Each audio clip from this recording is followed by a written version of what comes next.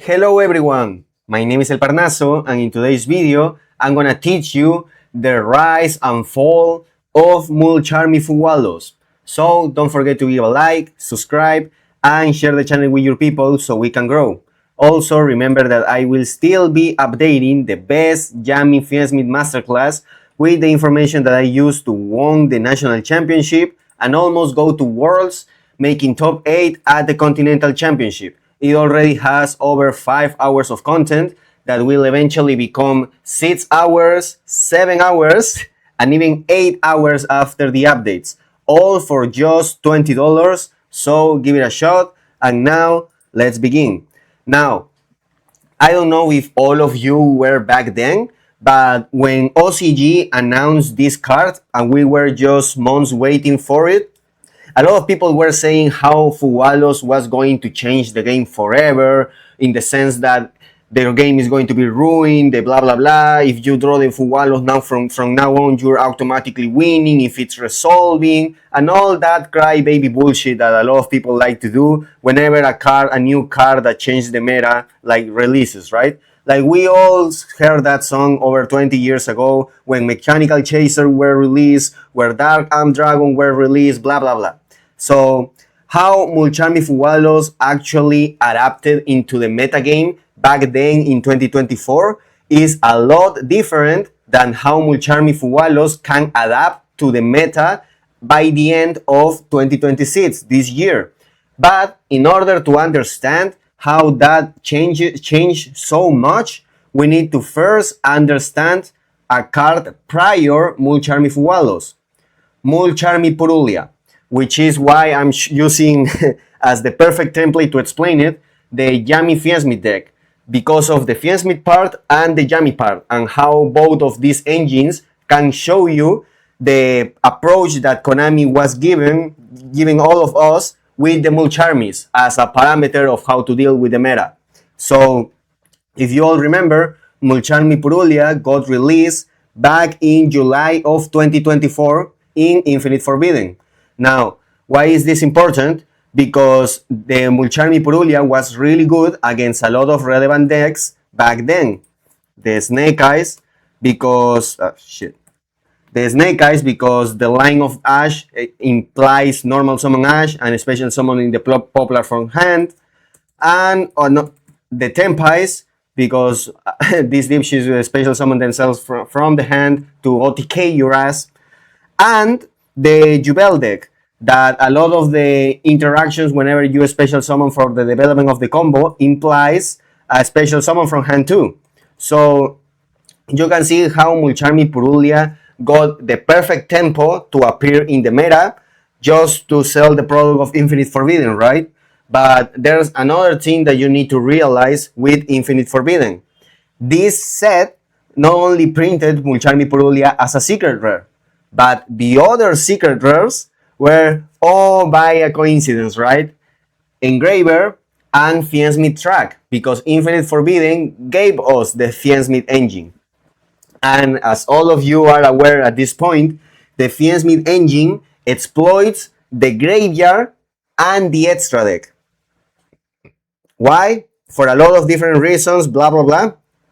But for the purpose of this video, you can realize that the main thing was to not use anything from the hand, so you can be rewarded whenever you draw your Fiensmith cards against Mulcharmy Purulia, a card that obviously was going to be in everyone's side deck because of the decks that were relevant back then, as I told you, the Jubel deck, the Snake Eye deck, and the Tempai. So you can see how Konami is making you spend a lot of money here, right? Hey, you need the Purulia for the current meta, but if you want to play around the Purulia, you need also to buy the Fiensmith cards, right?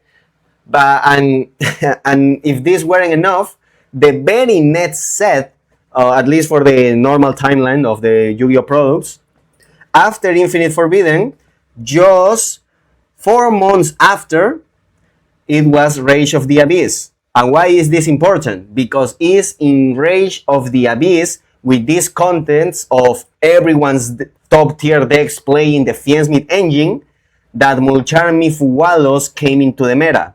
because Mulcharmy Fuwalos is from Rage of the Abyss. And you can see how Konami is first making you buy a Mulcharmy that goes against that meta prior within this, and then because they also print you the card that plays around the Mulcharmy Purulia, now they are making, and now that the Fiensmith card conquers the meta in different variants, now they are making you buy something against those Fiensmith cards in the form of Mulcharmy Fuwalos. Because, like just as a reminder, each time of your opponent special summon a monster from the deck and or extra deck, immediately draw one card, which basically shuts down the Fiensmith engine. Why? Because they need, as you can see just right here, a lot of extra deck development. They need the Requiem, they need the Sequence, they need then the Lacrima, then the Lacrima makes the Caesar, or maybe you also want to make the Decide. That's still a shit ton of summons from the extra deck, right? And even the Requiem, in order to generate more Light Fiends, needs to special summon a new one from the deck. So you can see how all of this is making perfect sense in the timeline that we were given the cards, right? So the problem for Mulcharmy Fuwalos, because right until this point you can see how Mulcharmy Fuwalos just rise into the top, just like the cream. So how this card started to fall in the extent of the value that it can give you? Well, I think that is when decks that like Yami started to come out back in 2025 to deal, or at least to mitigate the damage of Mulcharmy Fuwalos against you. That is why you can see how after Mulcharmy Fuwalos got printed, that the decks started to value the few summons that they were making at the beginning of the combo in order to at least leave something useful or something that can continue during your opponent's turn. Let's make an example. For the best example that I can give you right now, just because I use the Yami Fiensmith here, just because of how both engines explains this perfectly, is the Yami engine. Because every single Yami, just by making the Snatchy, can make a Link 1 in the Snatchy and a level 1. Because the Snatchy, just by its summon, will get you the Minion, and the Minion will revive the Yami that you were using, right? And if you are under Mulcharmy Fuwalos, that only draw that you are giving them will allow your circulation of engine still. And if you want, you can go with Capsi and get also the surprise, right? That is a debate for another video. Right now we are focused on how the new decks are built after Mulcharmy Fuwalos to deal with the card, right? Even before that, you can see how decks like Rizal, if they are under the Fuwa, can just make a detonator, for example. And you can see how this allows you to explain how powerful the Rizal cards were in the sense of consistency by using every single Rizal to generate by itself and being developed, except this piece of shit right here, and these two don't exist for me. They just don't exist. Just by seeing that Edge Rizal or Sword Rizal by themselves and by summons from the hand can just give Fuwalos one draw, because just by any of these generating another Rizal, you make the detonator. And detonator is technically 3 disruptions. You are making 3 disruptions just to give your opponent one draw. You can see how Konami is already just few months after the release of Mulcharmy Fuwalos, kinda mitigating the damages, kinda nerfing the card. Especially when you compare it to the times that Mulcharmy Fuwalos got printed in an environment full of Fiensmith shenanigans, right? And after the Rizals, as I was already saying, the Yamis are another example, and even a better example, because with the Rizals, you still kind of expose yourself with Ice Rizal, because Ice Rizal generate the other Rizal name from the deck. So that is not the case with any of the Yami names. All the Yami names just gives you one draw to make their circulation work, and giving your opponent the second draw to make the Capsi Yami way is completely optional and a debate for another day, as I already said. So you can see how the Mulcharmy Fuwalos is starting to get a little less stronger, but still something that a lot of people will play 3 in the main deck, right? Because it's still better that your opponent leaves half of the board that can be developed during your opponent's turn, I mean during the next turn, than just allowing to do all their shit, right? Back then, the jammies will give you the to herald, the surprise, a lot of different shit, right? So people, regardless of how the Mulcharmy Fuwalos were starting to get nerfed, all of us were still playing 3 copies back then in 2025, in 2025, for example. So how this allows you, yes, to explain how the power is not the same, but is still at the top of the ladder, right? When you compare the value of your hand traps back then, just last year, people will still tell you to play the Fuwa because Fuwa was still an A or S tier hand trap, right? So why I'm saying, or why the title of the video is Rise and Fall of Mulcharmy Fuwalos, because now that Mulcharmy Fuwalos have got a shit ton of different reprints to the point that they print this card as a common twice already here in the TCG. Now Konami don't have any kind of interest in making this card that meta relevant anymore, because now it's for everyone, right? And Konami just want to keep selling you new products. And how they are going to do that, and how they are making the Fuwalos just a worthless card, you can see it first in the Ritual and Darkness. Like, how are these called? The Light and Ritual, right? Okay, Light and Darkness, okay. Because you can see how they are making Yu-Gi-Oh! Mechanics that are not extra deck or main deck dependent to summon, just so these cards can play around the Fuwa the better.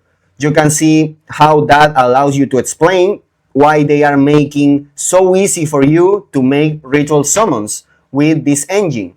You can understand why they are making Black Chaos so strong if they fulfill their condition, right? Like once per turn, you can banish 2 cards your opponent control without targeting. Like the card is unaffected. Like, you know, that is really weird, right? Like, while, like here, right here. Where is it? While you have a ritual spell in your graveyard, this card is unaffected by your opponent's activated effects. Why are monsters that are not extra deck monsters gaining so much strength? Because Konami just don't care about making Fuwalos relevant anymore. And even though the Ritual and Darkness can show you how the Fuwa is starting to become kinda even just a card that you don't wanna draw against them, even though the deck that you are going against, like the Ritual, the Light and Darkness Ritual, is very popular.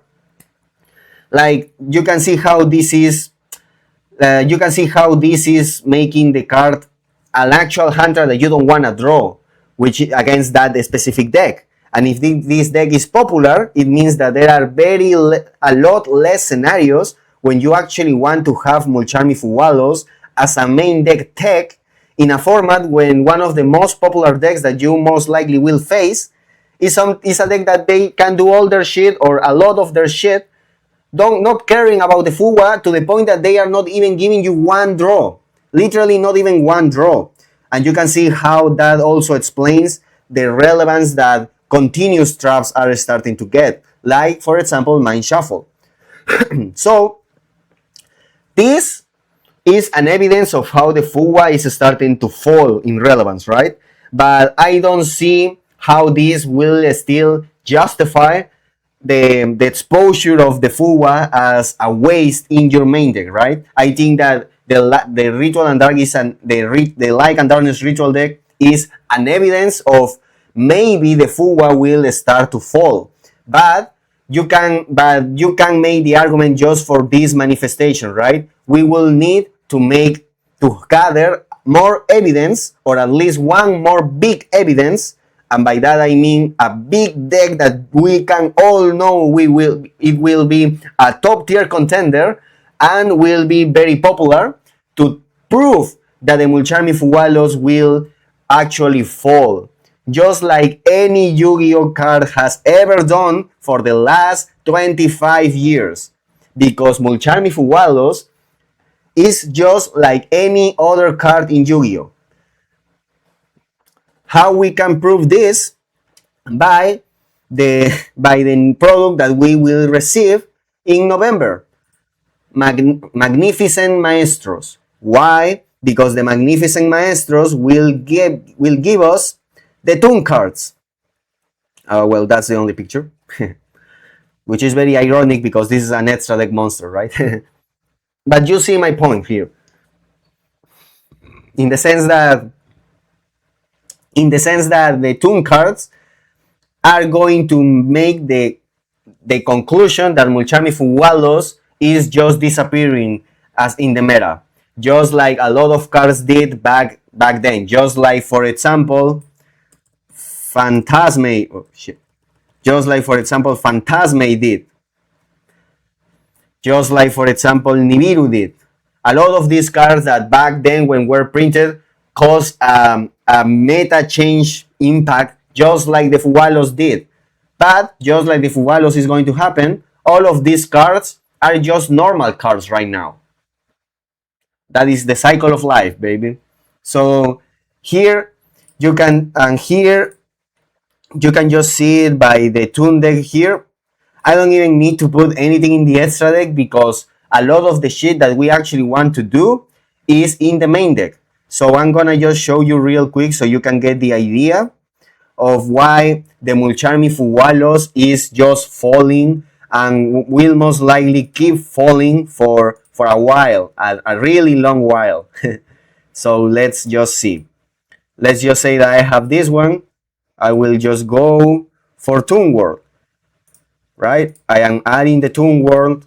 I am activating the Toon Perfect World. I am adding something. I am adding the rabbit. I am going to normal summon the rabbit from hand, which means that the Fuwa like don't do shit. I am going to use the effect, the field spell, because it is so broken, will banish it. I will get yet another field spell. This guy is going to come back. Because the card is so broken, I'm going to add another one. Now, just let's stop right here. I have not made anything from the extra deck nor from the main deck, and one card already became 4 cards. That is crazy. Imagine I am discarding my Fuwalos and my opponent is making 1 card, 4 cards. Like, come on. And now I can even do more development without giving any kind of draws, because now I can go for, like, just as an example, right? I can go for the Illusionist, and now I use the Illusionist that will discard itself, which means that, again, I am still not doing shit under the Fuwa to get the Mind Scan. And again, you can see how and why the continuous traps are getting stronger in Yu-Gi-Oh! Because if your engine is focusing on get a continuous trap card on the board, it's not focused on making a big monster from the extra deck or especially summoning a big monster from the main deck as the development of their engine and the fulfilling of the interactions that they want to put against their opponent, right? And this allows us to explain why Mind Scan is so strong. I already made videos about the Toon deck, so I don't want to bore you with the whole explanation of Mind Scan, right? But we can understand that Mind Scan is really broken, right? But now you can understand why it's so broken. Because now this allows me to make the common, twice printed common Mulcharmy Fuwalos useless. Because I want to sell new Secret Dress. I want to sell new cards, right?